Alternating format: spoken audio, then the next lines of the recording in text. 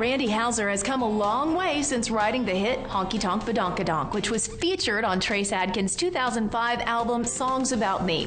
Since moving over to Stoney Creek Records about 2.5 years ago, Randy's career has taken off. He first hit #1 with How Country Feels, and then followed that up with Runnin Outta Moonlight last year.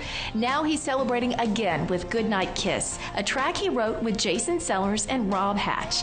We caught up with them at a party at Nashville's label home of Broken Bow Records to celebrate. When Randy Houser's laughing, it is a good day. I love to hear this guy's laugh, but I like to hear you sing better. Which is why we're here today, to celebrate this big old #1. Well, I'm glad to. It's an amazing thing for us. You know, I can't believe we're here again. You know, I love it. Pretty cool. So, I mean, yeah, talk about that a second, because this is the first one that you've been a writer on that's gone #1 for you. Is that right? No, this is the first one that I've been a writer on that ever went #1. Oh. No, it makes it very special. You know, you realize that there's a plan in place, and sometimes it's not your plan. And, you know, we've been so close together to writing a #1 before, and this is the first one I actually got to sing it to, which makes it way more special. Girl, I finally got you up in the seat of my old truck, and I bet you're wondering what we're gonna do. Congratulations. Big day. I can tell you guys are so excited, as you should be. We are. Goodnight Kiss. Talk about when you got in the room with Randy. Who had the idea? What you guys were thinking? Well, Randy had the whole verse melody. I'd stepped outside and was pacing around, and he walked out with a look on his face like, you need to hear this, and stepped inside, and he had the whole first verse melody laid out. It just poured out of him.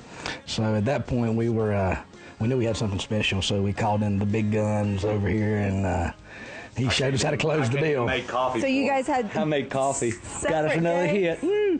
So it was a 2-day? No, it was the same day. As a matter of fact, it was the night before Randy finished his record the following day. And when Rob called me, he said, hey, we got this thing over here. So I went over there and met him. And Randy had pitched another song of ours to Randy that same day that he decided. So the next day we got this one we wrote and one other one just from that last day. So this is to Rob. Here's to Rob. Started with a goodnight kiss, my lips, your lips. As songwriters, I mean, coming to town, how long has it really taken? I mean, because people watching the show, it doesn't happen overnight, does it? Not for me, it didn't. I guess for more talented people, it does. I had 11 years, I guess, 12 years. So it feels like a lot longer than that. But, yeah, I guess I was on the 10-year plan, like most people say. I couldn't pull it off any quicker. The co-write actually felt like 12 years. Right, it really in itself. Well, I try to shorten it down to 10 when I can, speed it up.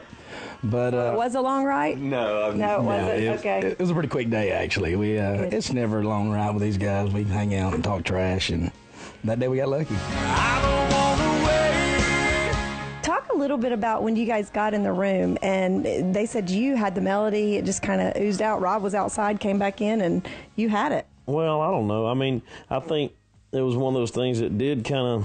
I mean, you know, those guys were incredible, and I got it to a spot where I was like, I can't even think anymore, you know. And it was just one of those songs that rhythmically and then the idea and all just kind of hit me right then, and we just made it happen.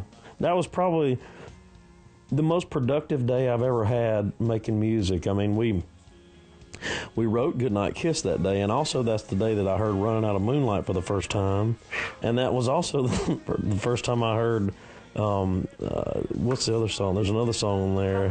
Top of the World that Rob played me that day. So I actually ended up putting 3 songs on my album from that day. And you know how that process is. It's hard. Yeah. that was incredible. Randy, he's such a great singer that we knew going in that whatever we started with, he's going to step it up and make it awesome. And he did. I think they did it. And Derek George, they just did a great job on the record, I think. Started with a goodnight kiss.